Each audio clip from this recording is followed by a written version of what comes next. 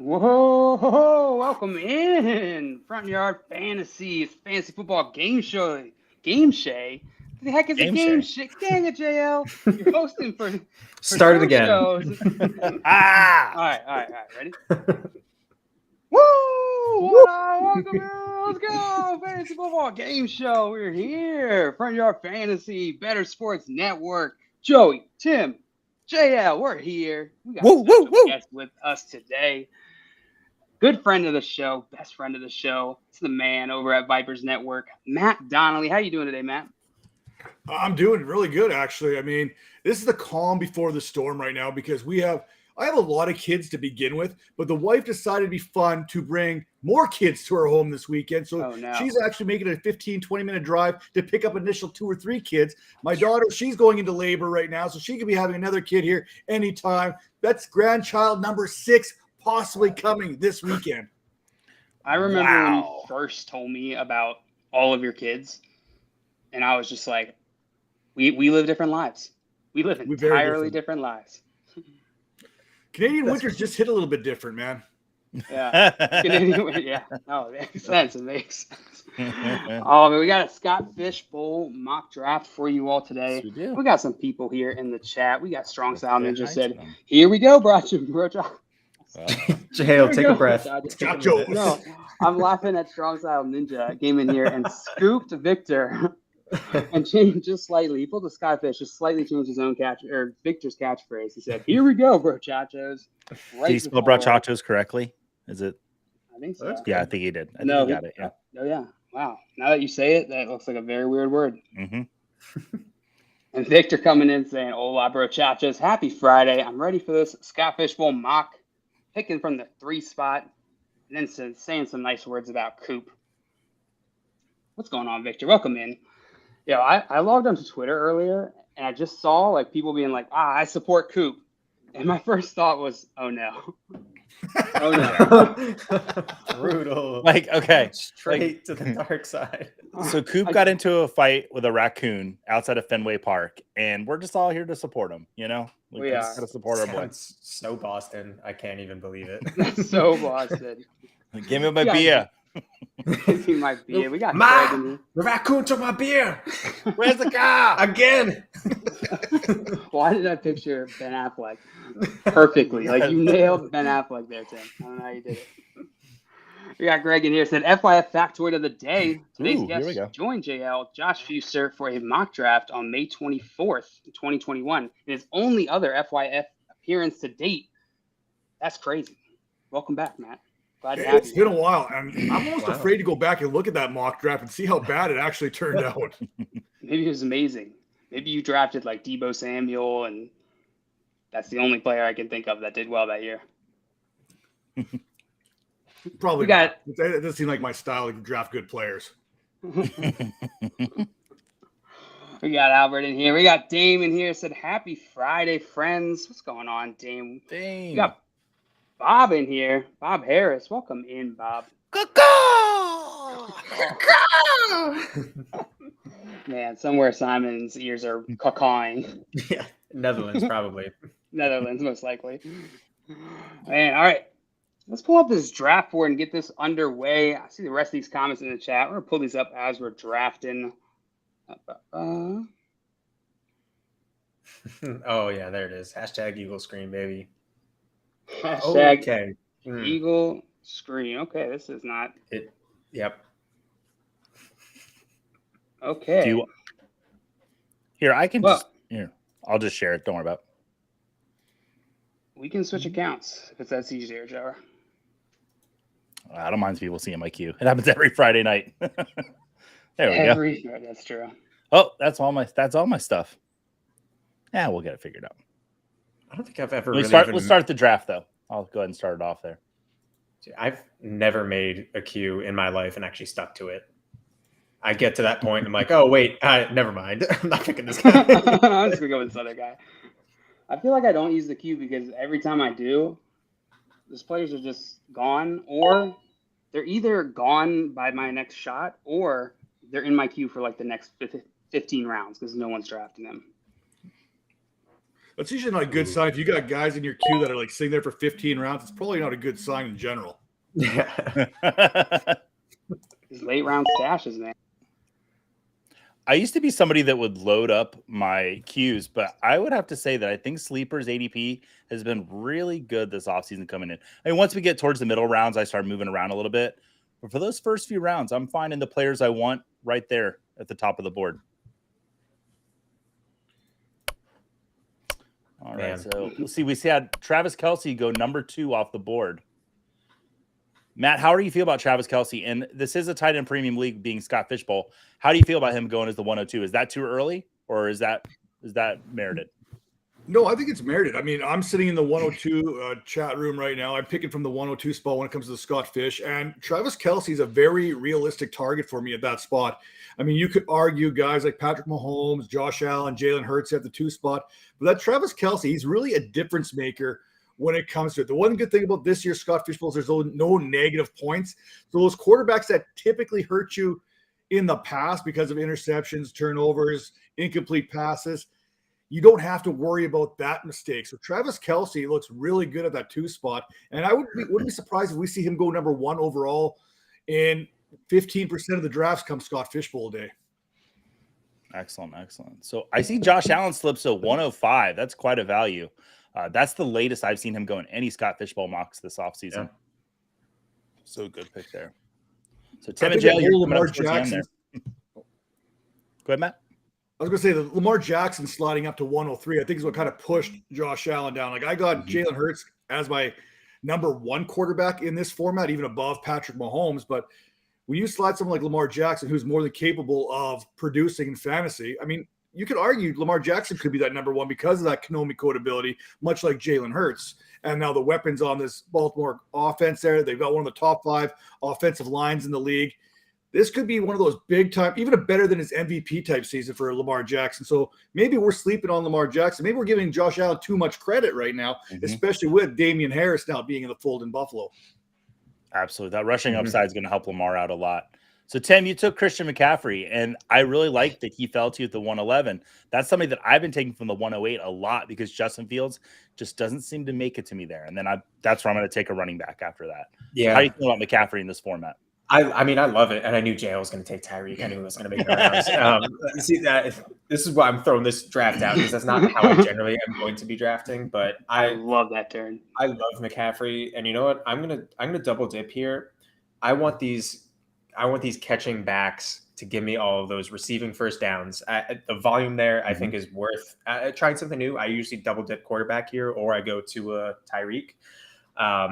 But yeah, I want to see how this build works out for me because if anything like this happens in my actual draft, these are my 1 and 2 running backs on the year already. And if I have them, I'm a happy camper. The double running back play or that build in Scott Fishbowl it's risky. It's high. It's definitely high upside. But exactly. I'm very interested to see what the wide receiver and quarterback situations are going to be here later. But on the turn here, when we get that reversal, that's where a lot of the value comes back to save me. So I think it might work out. We'll see. I can't do it. I was gonna take Mark Andrews. I just Kelce. I can do it right away, but Andrews up. So Luke took him right after me. So maybe I should have done it, but no. I'm hesitating. I know it's tight end premium, but just couldn't pull the trigger on Andrews. So William Jones in the chat said, would love to hear your takes on the various rule nuances and players you think have the most drastically impacted values.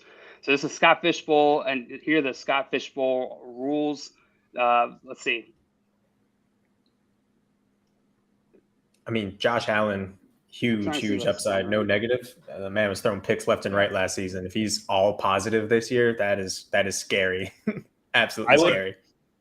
I would take Justin Fields above Joe Burrow in this format. Because if there's no, like you said, all positives, no negatives, I'm much more comfortable with Fields. So I was really happy to get him at the 108. And one of the ones I really like here in this format with the no negatives, and I passed on him for Deshaun Watson, is Dak Prescott, who had a bad habit of throwing picks last season. I think he threw almost more picks than anyone else playing half the game. So if you take out those negative equations for the statistics here, Dak Prescott is looking. Yeah, there you go. He's one of those guys. You're like, okay, this is one of those guys that could make a huge difference. Getting him in the late second, early third. So if you've gone out and got yourself a Patrick Mahomes, Lamar Jackson, Jalen Hurts early, you're laughing getting Dak Prescott at 211, 212, or you're even laughing even harder at 301. So, I mean, Dak Prescott feels like that one quarterback that you're going to get the best value on based on the scoring format here.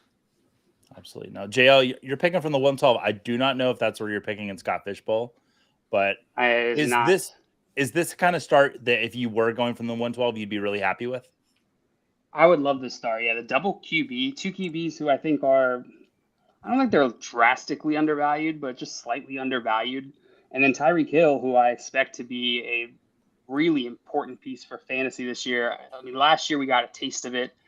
And I know everyone's in on Tyreek Hill right now. It's hard not to be, but there's merit to back that up. The offense is built around him, and he's in his prime. So, yeah, I'm hyped about this build so far. I gotta want to talk about that build that's going on right now at the 109 spot there. Swamp Nola, Chase, Brown, Lamb. You talk about premier wide receivers there, alpha type dudes. They're loading up there at 109. I don't know what's going to look like here in rounds 4 and 5 when it comes to the quarterback play, but I mean, those 3 wide receivers are all going to be arguably top 6 wide receivers in PPR scoring. Yeah, Joey timed out there. So we had Lupe going with Derrick Henry. Yeah, so those 3 wide receivers, I've seen Swamp start that way in a few of our Scott Fishbowl mocks we've done on the Friday Night Mock Show as well. Team. I always like looking at his quarterbacks. Oh, crap, I'm up, eh? get too busy watching everything else going on. You don't pay attention to your own screen. It's exciting. So, Tim, you've not taken a quarterback yet. Are you nervous? Yeah. I mean, yeah, very nervous. But I was probably going to pull the trigger on Dak there. Obviously, it can't happen because he got selected. So then I just had to pivot. And Devontae Adams to me is another one of those guys, quarterback proof. He's arguably the best actual Receiver, maybe not fantasy, but just the best physical receiver in the game. Yeah, give me him as my one, and we'll figure it out at the end. There's some guys down there, hopefully that stay in rounds 4 to 6 that I still really like QB wise. So we'll see. And I see a couple of double taps up there, probably in the work. So we'll see. I think it might work out. Quarterbacks, double taps. We're killing zombies here on the F5 show today, apparently. What was it? Rule number 4. Yeah, is it rule number 4? I need to go. I haven't watched Zombieland in a long time. Matt, I want to ask you about Chris Olave. Do you think with Derek Carr he's going to have a better sophomore season, or do you see maybe a little regression for him? I really like this Saints team for fantasy, and that means Olave is going to hit. He's basically unguardable. I mean, I think he had like a 75% success rate against man coverage last season. You can't guard Olave one-on-one, and Derek Carr is an upgrade over Andy Dalton and Jameis Winston. You add in Michael Thomas. If he plays, that's going to open up things a little bit deeper for Olave. And you got the need for Rashid on the other side there. So you've got all kinds of weapons in the Saints offense that should open things up for a guy like Olave. And I think he's going to be a top 12 wide receiver as far as fantasy is concerned this season. So I really like what Olave can do. I think he's great value there. He's right there for me with Waddle. And when you talk about even I'm on St. Brown there. Oh crap, up again. I'll roll it back if you don't get who you want here. I pulled the Simon. I asked you the question when you were about to be on the clock. Classic. While you do that, I want to go back to this question from William Jones about the nuances and the rules for Scott Fishbowl. So it's essentially a super flex league, giant term, right? Super flex league. And then we have it's going to be PPR, and then really the only other differences that stand out are tight end premium, the 1 point per first down, 1 point per receptions normal, and the kicking, which we can probably ignore. So how are those the changes? Are the first downs affecting how you guys are looking at some of these players? The tight end premium. I mean, I think it helps some of the tight ends there. I think it helps some of these slot receivers, these bigger slot guys too, that are going to work in that area. One of the guys that comes to my mind is going to be a guy like Christian Kirk, who last season ran about 76% of his patterns there out of the slot. Then when someone got hurt, he had to go bounce out to the outside. They've got Calvin Ridley there, which means Christian Kirk should be able to remain in the slot, which means he should have some more of those targets underneath, which should be more first downs in his favor there. As far as kickers are concerned, I think there's even more value to kickers. No negatives for missing, and I think it's like 0.1 per yard. So a 33-yard field goal is 3.3 points. I think there's a lot of value to be had in kickers here, and I think we just don't want to draft kickers. Let's be honest. We don't want to draft kickers because it's not the sexy thing to do. It really isn't. But I think when you get later in the drafts, they're going to be a solid flex play in this format, one way or the other. Yep. Oh man, I was going to draft a kicker on this just after you said that. Now, do you have to draft a kicker in MFL? Because I know in Sleeper, on Sleeper, you do have to take one. Last year, we did not. I was on MFL last year. There was no kicker draft. Now, saying that, I think I ended up drafting 3 of them just for fun when we got later on the drafts. But I don't believe that was a thing that we had to do on MFL. Tim, with Russell Wilson as your first quarterback, I like that pick. Yeah, pretty fine with it. All right. So, JL, I'm going to ask you a question. I want you to look through these teams for the first 4 rounds. I want you to pick one out that you really like. Who do you like other than yourself? Because we know you love your own team. All right, give me a second to look through the teams. Okay. I put you on the spot there. I apologize. Well, I will tell you whose team I like, and that's Jordan's, because he sniped me on pretty much every single pick that I wanted to make. I was shocked Daniel Jones fell as far as he did. He is a quarterback that I absolutely love in this format, and I almost had him in my grasps, and thank God we're playing this league out so that Jordan can profit from that for the rest of the season. No, I really like Matt's team. Like, you hit on all 4 of those players. I think are going to be valuable this year. Jalen Hurts, solid pick to really lock up that QB position. And Sean Watson, I think, is a perfect QB2 on that team. And then the Breece Hall, Chris Olave pair, spot on, Matt. I like that. Yeah, I owe everything to the auto drafter for taking Breece Hall for me, so I can't take full credit there. I was just actually going to pair Amari Cooper up with Deshaun Watson, but he just went off the board ahead of me, which now means I have to rethink my whole process of what I was going with. And I look at this, and there's still some good wide receivers here, but I don't see that guy that's going to make that huge difference. So I'm going to take a shot here. I'm going to take a little bit of a gamble on Calvin Ridley just to kind of give him a wide receiver too.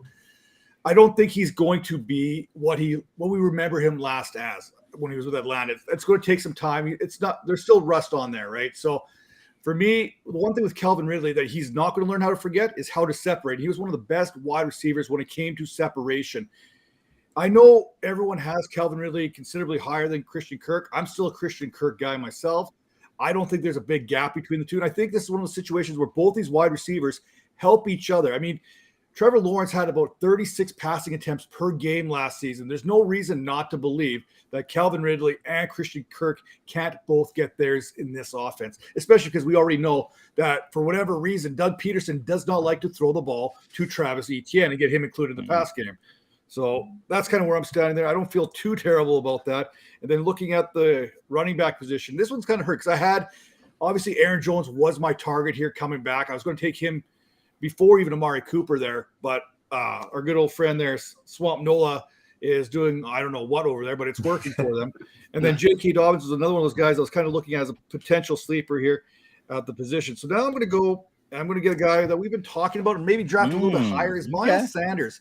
Because the one thing that we do know is Miles Sanders, contrary to popular belief, he can catch passes. We've all seen the video here recently come out, him sitting down with the coaching staff and reminding everybody that he caught 50 balls for like 500 yards his rookie season in Philadelphia. And the reason why he wasn't producing in fantasy maybe as much as we'd want is because we weren't seeing those PPR numbers, those receptions coming into account.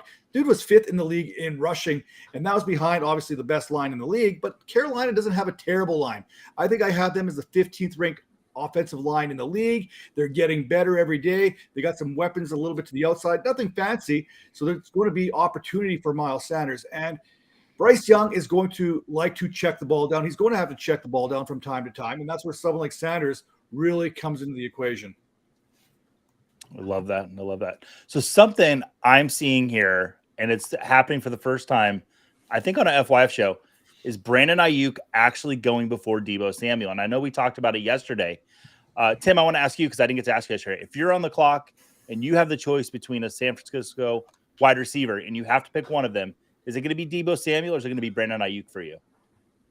I think for me, it's still going to be Deebo. Just the way he's used is a little bit more versatile than how Brandon Ayuk has been used. I know he had a pretty great season last season, the back half of it, so he's got a lot of momentum building. But if we don't know really what's going on at the quarterback, You're on the clock, right? You got it. Yeah, I just wanted to click that quick. If we don't really know what's going on with the quarterback, I think they're going to have two safety nets, and I think those safety nets are going to be Deebo and McCaffrey before they get to those, those electric playmakers on the outside like Ayuk. So that's where I would go. But plus, I mean, Deebo still has that rushing clause where he gets like $750,000 if he rushes for like 3 touchdowns or something like that. So he's going to be incentivized to do that. But that's just where I would lean. It's close Matt, though. The thing is it's really close, and I don't know how I feel about Ayuk going. I said I would take him before him, but going 10 picks in front of Deebo Samuel. Now my head is all a mess. Matt, how do you feel about those two players? I'm on Team Ayuk here all the way through. I think it is close. I think it's one of those situations, much like Jacksonville there with Ridley and Christian Kirk, where you got two wide receivers that are going to be very close in numbers. Mike Evans and Chris Godwin come to mind too as two teammates very similar in where you're going to find them as far as fantasy production is concerned. That being said, I do like Ayuk. I think he does a lot of better things. I think he pushes the ball down the field a little bit more, gives him an opportunity to stretch the field. And I think Deebo Samuel, what he does best is a lot of what Christian Kirk does Christian Kirk. Now I'm thinking Christian Kirk all the time, is what Christian McCaffrey does very well too. So you've got two players in Samuel and McCaffrey that do very similar type stuff and are both good at it, which I think kind of cuts into each other's production to a degree. And Christian McCaffrey is also going to lose some touches in the run game to Elijah Mitchell. Let's not forget about him. So that means Deebo Samuel is probably going to lose some of his touches to Christian McCaffrey. Absolutely. JL, I want to commend you on something. I'm looking at your team here, and I always kind of like watching runs and where runs start and end. And you kind of started the second run of tight ends, getting George Kittle at the 501 after Hawkinson went at the 310. How did you feel about that? And how do you feel about Kittle in this format? I felt great about that. It's tight end premium. Kittle to me is the last of that tier there with Hawkinson, Pitts, and honestly, I don't think he's the last of the tier. I think he's at the top of that tier, and so I think I got a great value on him looking at where the rest of the tight end value went on the board. But otherwise, I'm looking forward to seeing what Kittle's able to do this year. I know everybody's worried about the quarterback, the ambiguity around the quarterback position on that offense. I'm not worried. It seems like they have two very good quarterbacks, which is a good problem to have. So who are those two good quarterbacks? Is it Trey Lance, and are you including Sam Darnold in this? The ghost of Jimmy Garoppolo. Something I was just looking at, Craig does not have a running back yet. I'm really interested to see what his team looks like. JL, no, I completely agree with your value on Kittle. I was kind of glancing over the board, and I was like, holy poop. Can't believe he got that. Yeah, I was thinking about going another wide receiver there, since I have only got Deebo and Tyreek Hill. But the tight end value, too good. And you have the most handsome RB2 in the league, so that's nice. Yeah, that I auto-drafted because timers are 30 seconds this time. No. That's your heart that just brings him to your team. My heart. Right. My heart and Sleeper's algorithm. Well, the game of QB chicken's now over because Team 6 just drafted a quarterback. So now it's just Swamp Nola there without a quarterback right now through 8 rounds. How many starters are left? There's a decent number. There's a decent number of quarterbacks still on the board I'm okay with.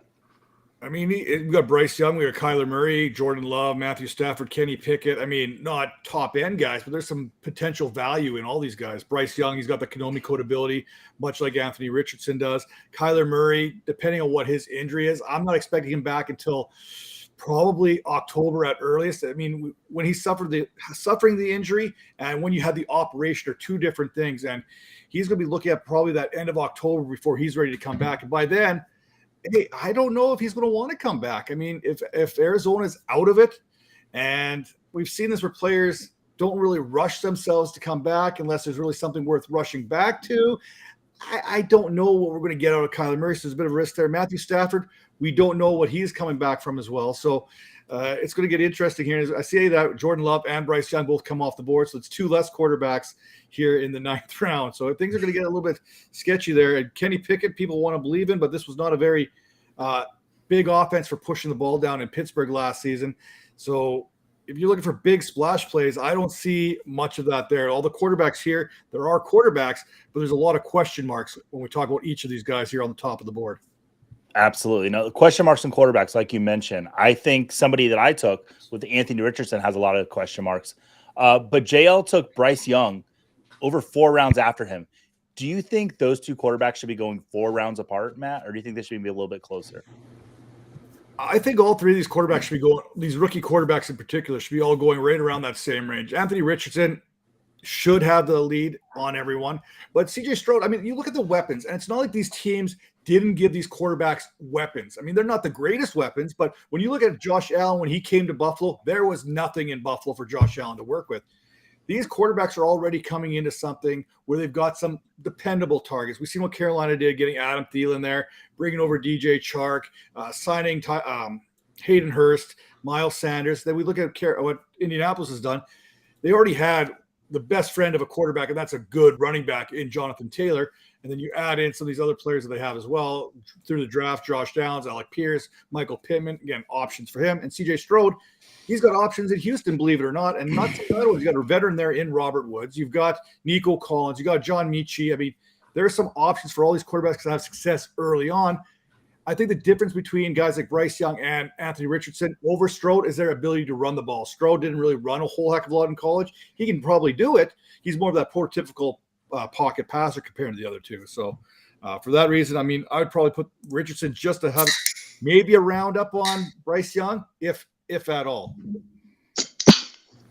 Ryan Baker says that if Murray doesn't come back, where does McCoy rank out of starters? 32. 34. Oh, 30, yeah, 32.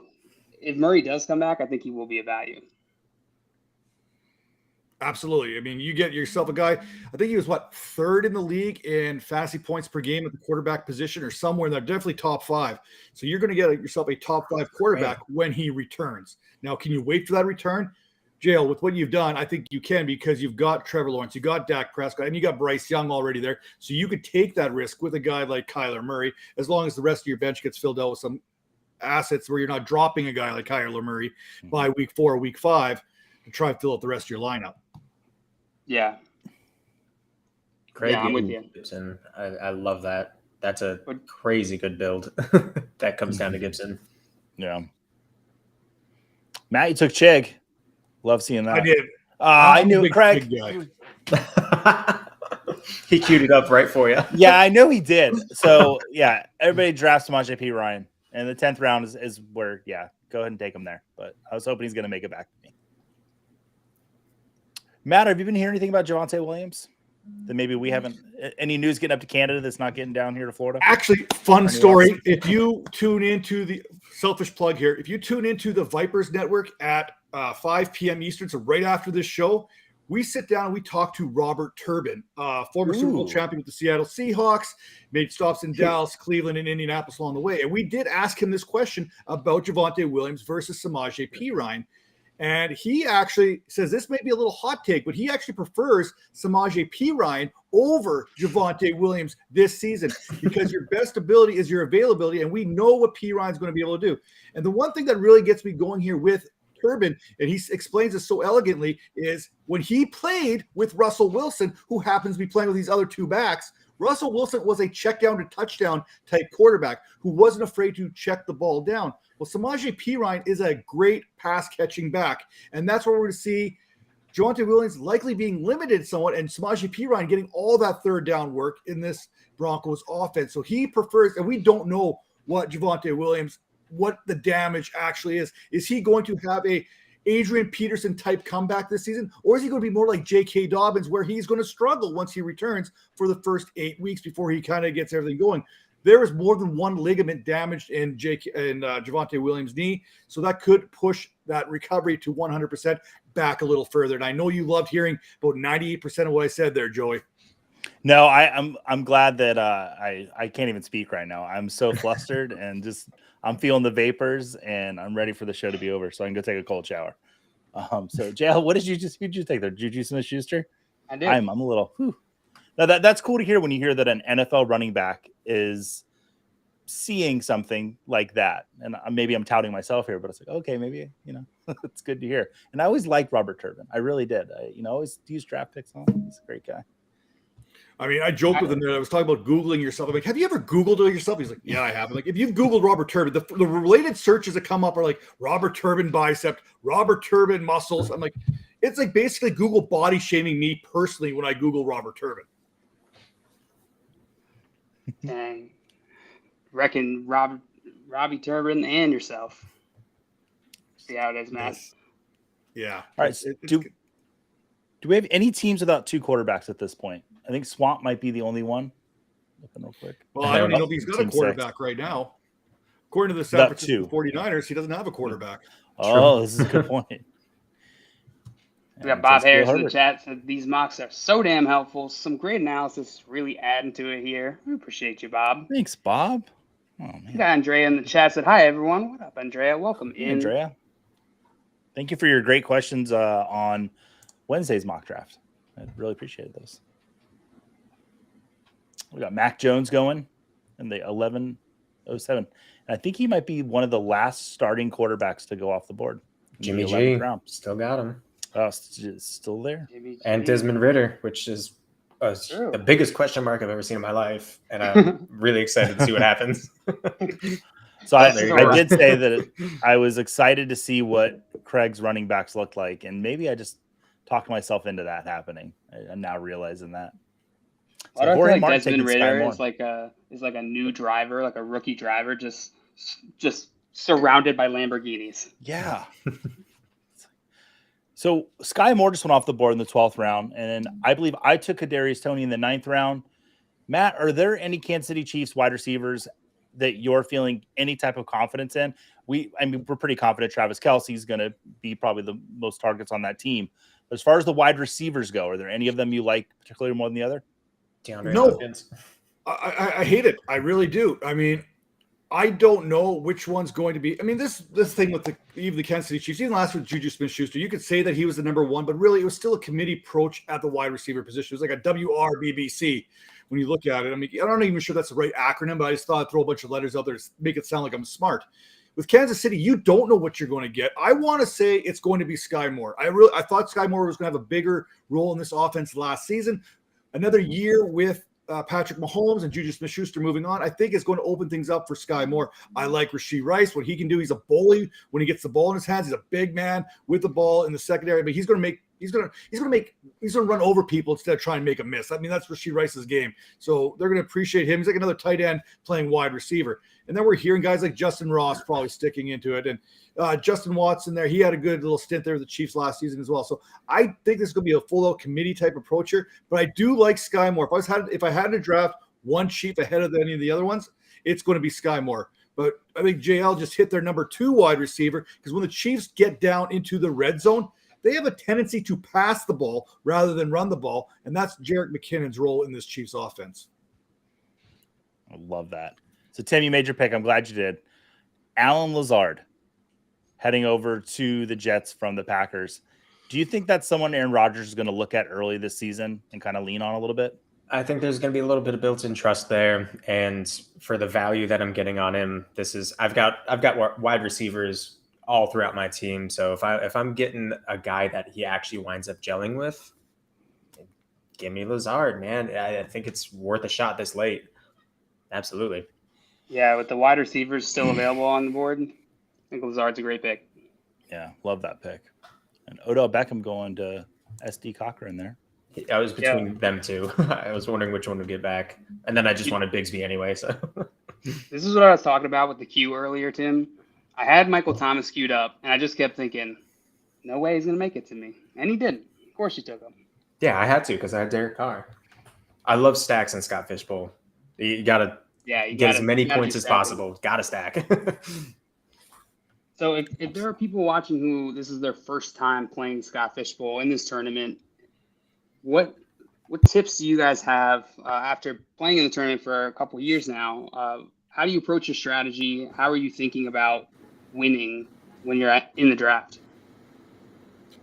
Well, I'll kick it off here because I'll tell you one right now. You can have all the strategy you want when you go into this thing. Forget about it once you get into the draft room because it doesn't mean anything. I mean, the great thing about this draft is it's analysts, it's fans, and it's everything in between. So there's going to be wild cards every single draft you can go in. So you take your ADP, roll it up into a tight ball, and throw it over your shoulder because there's going to be someone drafting a kicker in the 7th round, in the 6th round. A kicker is going to go in one of these drafts in the 6th round, and you're going to be like, well, what just happened here? So you need to be fluid. You need to be able to stick to your board, understand what your board is, what your needs are, but don't be afraid to go off it when you have to. Go get your guys. Have fun with this more than anything. And I think when we talk about the draft itself, it's not so much the draft. It's the great thing, I think, is you got the 102 chat rooms, the individual chat rooms, then you got your league chat rooms. Make those connections, that networking, because that's what it's really about, in my opinion. That's the strategy, I think, that I look most forward to when I go into these drafts, is kind of talking to everyone, interacting with everyone that's going to be involved in these things, and just kind of playing it out by ear. Is that so that you can get them to like you so that they don't want to beat you? Because that's a very unique strategy, Matt. And I can get on board. Mind games. Joey, I really don't have a likable face. I'm not really a approachable person. Well, look, you got Joey. People like your mustache, Donnelly. You and JL have this great smile, and you're like very approachable looking people. If I'm not I smiling, got no facial hair. If I smile, here's the thing with me. You either get teeth or you get like no eyes. It's one or the other. You can't have both. I can't give you eyes and teeth. If I smile, my eyes shut. If I show you my teeth, my eyes are either open or it doesn't work. So I'm not a very approachable looking individual, right? It just, the mustache probably throws a whole lot of things off. No, I'm gonna kind of commend you on something. Matt, Joey, what? You jerk! I was gonna do it this round. There's no better sound than someone that you really truly care about yelling at you in a mock draft. It's so great. No, Matt, like I have one of my good friendships. I have you to thank for. You too? Back-to-back betrayals. Sorry. I know, so much. No, it's okay. When I gave you a ride home from the Hall of Fame and I got to meet Mauricio. Had I not given you a ride, right? If you would have rented a car and not leaned on me that day, I would have never met Mauricio. So while I might have been mad that day driving you back to the hotel, I look at it fondly now. I'm just glad that people in fantasy football are generally pretty good, because I was catching lifts from people I've never met before, from Cleveland down to Canton. I mean, I was just randomly jumping into complete strangers' vehicles and hoping they'd get me to where they wanted to go to. Yep. Solid strategy. We've got some rookie wide receivers. It was like college all over again, right? It's basically going back to college, but we've got, oh man, I love that Wan'Dale Robinson pick, JL. I am loving your draft. I feel like every time I look at your team, you've taken someone that I'm like, oh, I would have taken him. This is a weird draft for me. It goes into the tip I was going to bring up, which kind of builds off Matt's tips. Is don't go based off ADP. Do not draft your team based off of what you think other people think is the right decision. Scott Fishbowl is all about having the number one roster. The number one out of however many thousands and thousands of people. So make your team an expression of yourself, your own creative expression. Pick those players you want, and make it unique. Don't be afraid to go off script, like Matt was saying. If Lamar had played those 6 games, I would have won Scott Fishbowl. I'm so upset about it. That's what it is. It's about like putting yourself in this position to have enough high value bets, high upside bets, that enough of them hit right and it works out for you. Some seasons it just doesn't. Last season, a bunch of my bets all kind of just immediately farted in the wind from like the start of the season. Yeah, well, I would add just like trust your guys. That's all I say. I have my guys this year. Tua is one of them. Tyreek is one of them. So I'm going to try and build that stack as often as I can. But yeah, trust your guys, trust your gut. Go for it. I can't remember who said it. It was either Ian Hartitz or Derek Brown. And they said, if you have Darren Waller as your number 2 tight end, put him as your number 2 tight end. Don't put him where the consensus has him at number 6 or 5 or whatever, because if you put him at number 6, you might not get him. He might not come back to you, right? Sure, you might have to reach to get him if you want to call it reach. But if you believe in that player, that's the guy that you need to go out there and get. Oh, what do I do here now? JL, did you cover the? I know we don't talk politics here at FYF, but did you cover the political message announcement that was made on our show by You're Maria? gonna have to be more specific. By Maria, that Bob Harris is running for Oh, that's not president. what I wanted. Yeah, I did cover that. Bob, I am happy to be in your cabinet. Should you reach that goal? I don't know what I could do in the He's like, cabinet. I wasn't asking. Well, I'm offering. We can be in the cupboard. Any of your cabinets.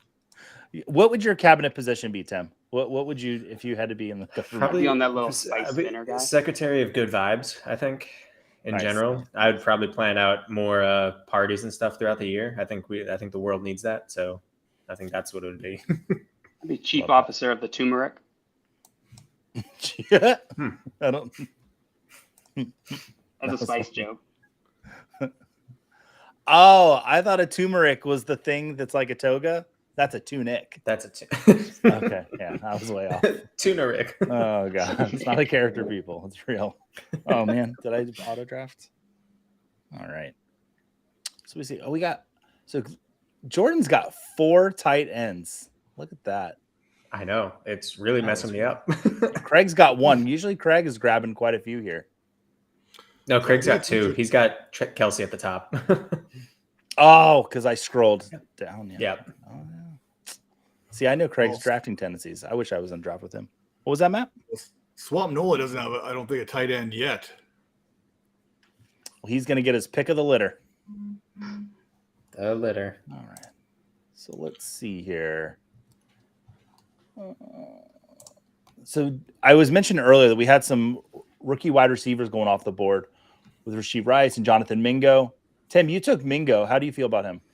I feel fine at this late. I think it's, I believe more in the Carolina offense than I think the consensus does. I think they will do better than we think, especially in the mess of the NFC South. So give me a dude who's entering the league with his young QB. That's a different type of rapport that you get that, sometimes you don't get with your veterans. So give me that upside. I'll take it. And who else? I mean, you have Thielen out there, but limited targets for that offense could go to this guy. Who knows? Here. Awesome. There's a pick I like, Irv Smith, Matt, with Cincinnati. Last year, it was a Hayden Hurst that I was expecting to get some work there, and Cincinnati didn't really seem to pan out. But there's a lot of good buzz coming out about Irv Smith.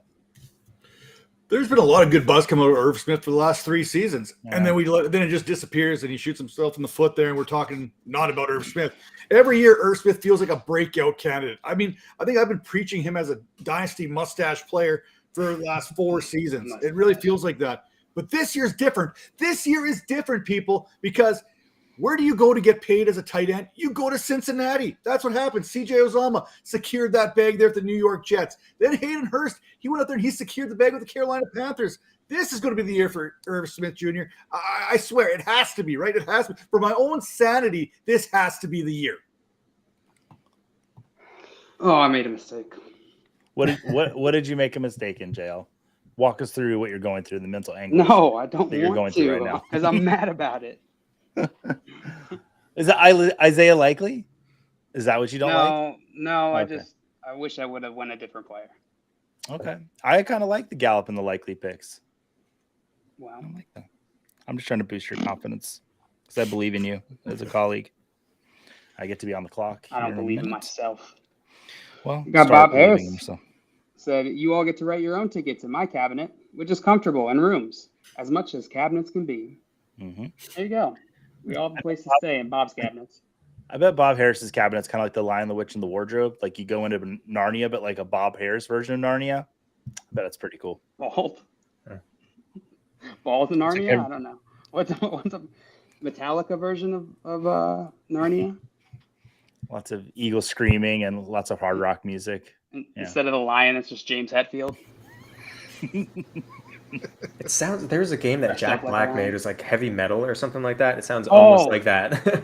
Oh, I feel like I played that game. I Got feel some like I know what kickers you're going talking off here about. now. Yeah.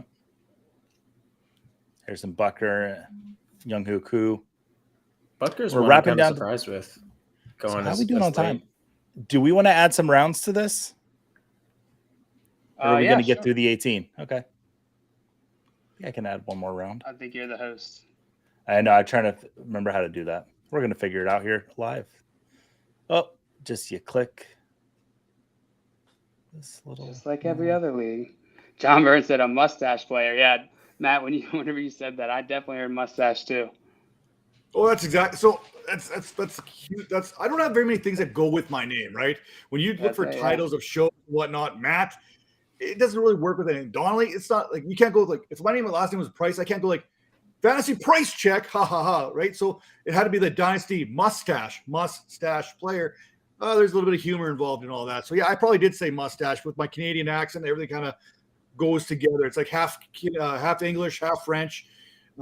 My English, I speak like I speak French, where it's really quick, and sometimes my verbs, my nouns get kind of flipped. So, Jayla, you know what that's all about when you flip the verbs. Flipping them all the time. Can't stop flipping them. Swamp. Thank you. Brutal Legend. Yeah. Oh, Brutal Legend. That game was good. It was a little basic, but it's a good game. I enjoyed it. To run around, like hit people with your guitar. That's what I do on like Fridays. So they made a video game that does that? Mm-hmm. Jack Black did. Mm-hmm. Oh, wow. What kind of guitar did he use to hit people? It's like an axe guitar, if I remember correctly. It was a long time ago. I probably 17 years or something. We got Isaiah in the chat. Isaiah Fingers. Hi, just subbed. Well, welcome. Glad you were here, Isaiah. Hey, thanks, Isaiah. Hope you hop in on the next mock draft that we do. Yeah. It's super fun. Pop over in our Discord. We always throw those links to the mock drafts in the Discord first, before we go anywhere else with those links, because we love our front yard fantasy family. Boy, there's a lot of F's in there. Oh. Tim, we're kind of approaching the end here. It was going to happen. Let's go. No, I added a round, but it's not on there. Oh, it says draft complete. I can't add anymore. Oh, I was going to add Bobby Trees. Dang it. That's okay. This is a good Scott Fishbowl draft. Man, even though we've been doing mock drafts, doing a Scott Fishbowl mock draft, like this is the first one I think I've really done. I need to start practicing. This is a wake-up call. See, and every draft I do, every mock draft for Scott Fishbowl I've ever done through, I can't remember what the first one was, 7 maybe, Scott Fishbowl 7. Whenever I do a mock draft, it never turns out like the mock draft. It's completely different. Mm-hmm. Like it doesn't matter how we select or what spot I select from or whatever it looks like. Whatever mock drafts I do, it never turns out to be what my league actually ends up doing. Yeah, you're absolutely right. And the Scott Fishbowl, it gets like amplified because everybody's trying to do something different on the day. So that is such a great call out, Matt. And the best part is I think there's other tools out there that we get every once in a while where you can see the highest draft and share of Darren Waller and who drafted this guy the earliest, who drafted this guy the latest. And I'll be honest, sometimes QB Chicken's a big one. I think that's come up there a few times there that everyone's like, oh, and you go through all, I don't know, Scott, I'm sorry, I'm going to butcher this right now. You go through like all 300 drafts that are going out there right now, and you can see exactly who's being drafted. I can't. Roto Grinders, yeah. Josh Roto Grinders, yeah. I think it's fantastic tool. I mean, I get lost in that tool, man. I get playing around in there and I forget what's going on. Yeah, it's a super valuable resource. All the tooling around Scott Fishbowl and the content people are putting out now, go check that out because there are people who have been playing in this tournament for many years, Scott Fish included. We're going to give you really good insight, good advice. Yeah, last year I was trying to pull off this like stack of wide receivers, and in not one single mock draft, I tried to do it. Ones that we had here on FYF, and at my live Scott Fishbowl draft, I finally pulled it off because it was a mix of people I hadn't drafted with before. Yeah, Greg wasn't there to snipe me on the players I wanted. Yep, this is my JP run. Should have known about Tyreek right at the start, but you should have known. But Christian McCaffrey's sitting there. I got to make it look good. Oh man, Matt, thank you so much for joining us. This was a ton of fun and valuable to me. I hope the chat got some value out of it as well, and Joey because he really needs to practice. He didn't do so good in Scott Fishbowl last year. Yeah, I made semifinals. Not good enough, Joey. 1 or nothing. This is true. 70th overall, a little bit better.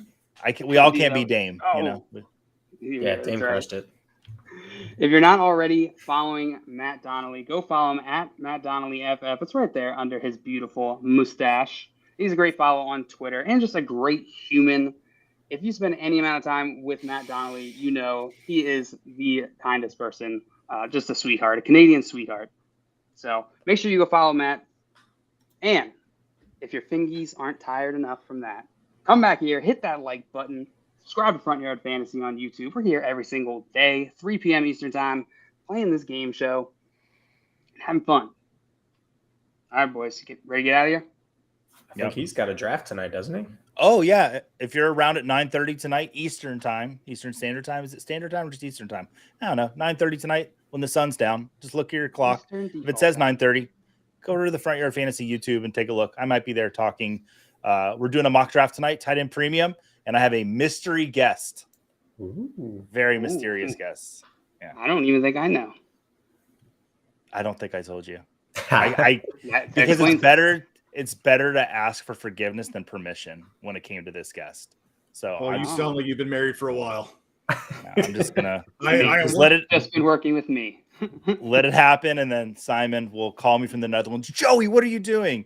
Tim will just think it's funny, and JL is just reworking my contract as we speak. right now. In anticipation. All right, we're gonna get out of here. Enjoy your weekend. We'll be back Monday, 3 p.m. Eastern Time, here on the Better Sports Network. See you then. Bye-bye. Bye, everybody. Bye-bye. Adios, my friends.